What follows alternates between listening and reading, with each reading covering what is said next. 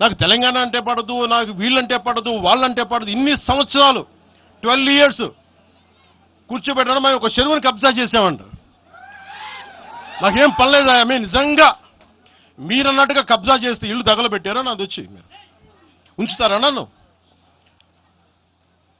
ఒక్కొక్కళ్ళు కూర్చోబెట్టి 111 జీవోలు ఏమేం చేశారు అటు చూసిపోండి, అటు చూడండి.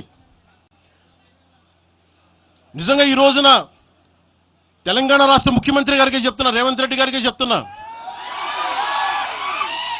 ఆయనంటే నాకు ఇష్టం, ఆయనంటే గౌరవం నాకు.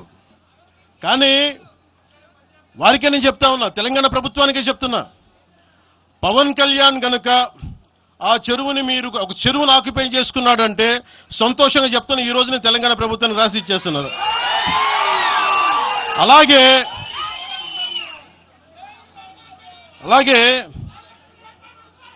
లెఫ్ట్ మేము వామపక్షవాదులు అని చెప్పి ఒక ఎనలిస్ట్ మాట్లాడతా, ఇది ఎలా ఉంటుందంటే ప్రపంచ కార్మికులారా ఏకం కండి అని చెప్పే వామపక్ష భావజాలం ఈ రోజున ప్రాంతీయతకు వచ్చింది. ఆ వామపక్ష భావజాలం చెప్పే వ్యక్తి అనలిస్ట్ ప్రకారం ప్రపంచ కార్మికులారా ఏకం కండి అని చెప్పే వామపక్ష భావజాలం ఈ రోజు ఎక్కడికి వచ్చింది? ఆయన చెప్పిన విధానం ప్రకారం ప్రాంతీయతకు వచ్చింది. కమ్యూనిజం ఎందుకు చచ్చిపోయిందంటే ఇలాంటి వాటి వల్ల చచ్చిపోద్ది. ఈరోజు గద్దర్ గురించి మాట్లాడతారు. బండెనక బండి గట్టి 16 బండ్లు గట్టి ఏ బండిలో పోతాం నైజాం సర్కార్ ఓడా అంటే అది ఈ రోజు మాకు వచ్చిన ప్రేమ కాదు. మాకు అది నా చిన్నప్పుడు చెప్పాను ఆ మాట, తర్వాత ఫస్ట్ మీటింగ్ లో చెప్పా. గద్దర్ గారు బతికున్నప్పుడు మీరందరూ ఏమయ్యారా? మీరందరూ గద్దరన్న బతికున్నప్పుడు మీరందరూ ఎక్కడున్నారు? గద్దరన్న వెన్నులో బుల్లెట్లు దిగితే గద్దరన్న నా దగ్గరికి వచ్చాడు.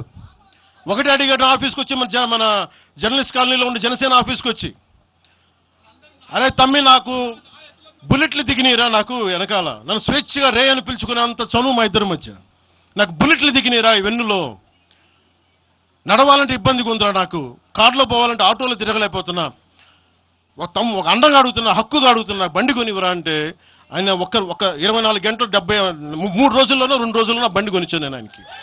ఇప్పుడు ఎందుకు చెప్తున్నానంటే ఆ రోజు నేను చెప్పుండొచ్చు, నేను చెప్పట్లా.